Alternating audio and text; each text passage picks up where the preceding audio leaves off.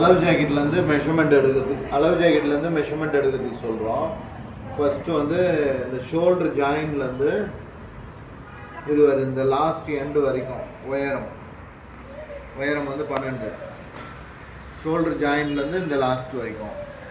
அதுக்கப்புறம் இடுப்பு சுற்றளவு பட்டியை ஊக்குப்பட்டியை எடுக்கணும், ஐப்பட்டியை விட்டுறணும்.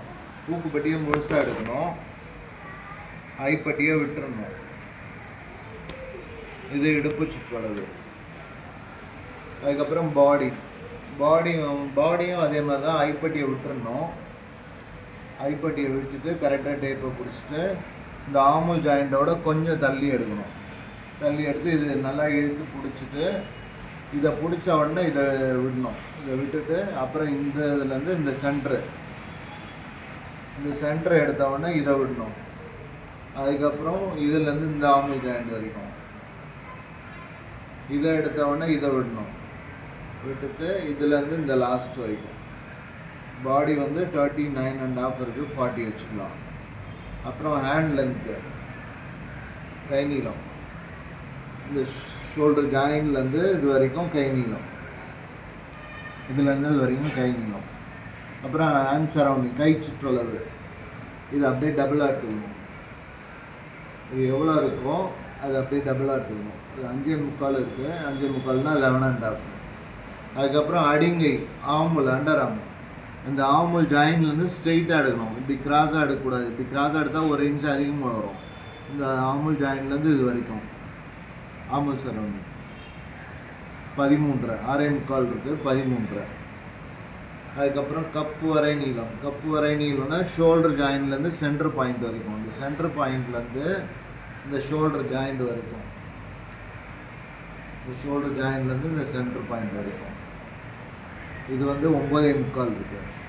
இந்த கப்பு வரை நீளம் எடுத்த பிறகு அப்படியே தொடர்ந்து அடிங்கப்பு வரை நீளம் எடுக்கணும், இந்த பட்டி வரைக்கும் 12 இன்ச்சு.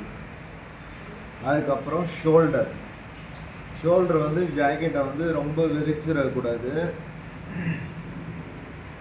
இப்படி ஃப்ளாட்டாக வச்சு இதெல்லாம் இப்படி கரெக்ட் பண்ணி, இது ரெண்டும் ஒன்றா சேரணும்னு அவசியம் கிடையாது.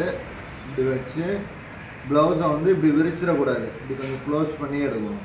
க்ளோஸ் பண்ணி இந்த ஷோல்டர் ஜாயின்ட்லேருந்து இந்த ஷோல்டர் ஜாயிண்ட் வரைக்கும், ஷோல்டர் 11. அதுக்கப்புறம் கழுத்து அகலம், நெக் பிரெத்து, இந்த கேப் எவ்வளோ இருக்கோ இதுதான் கழுத்து அகலம், 6.5. அப்புறம் முன் கழுத்து இறக்கம், இந்த ஷோல்டர் ஜாயின்லேருந்து இந்த கழுத்து இறக்கம் எவ்வளோ இருக்கோ அதை அப்படியே வச்சுக்கணும். இது வந்து 6.25 இருக்குது. அதே மாதிரி தான் பின் கழுத்து, இதுலேருந்து இது வரைக்கும் எவ்வளோ இருக்கோ அதான் பின் கழுத்து 7, இந்த இதுலேருந்து இது வரைக்கும். அப்புறம் கப் அகலம்னு ஒன்று சொல்லுவோம், அதான் ஷேப்போட வித்து. இந்த சென்டர் பாயிண்ட்லேருந்து இந்த இது வரைக்கும் ஊக்குப்பட்டி சைடு தான் எடுக்கணும், ஐப்பட்டி சைடு எடுத்துடக்கூடாது, ஊக்குப்பட்டி சைடு எடுக்கணும். இதுலேருந்து இது வரைக்கும் 3.25 இருக்குது. 3.25னா 7.5 இன்ச்சு கப் அகலம். அவ்வளோதான். இது அப்படி தான் மெஷர்மெண்ட் எடுக்கணும்.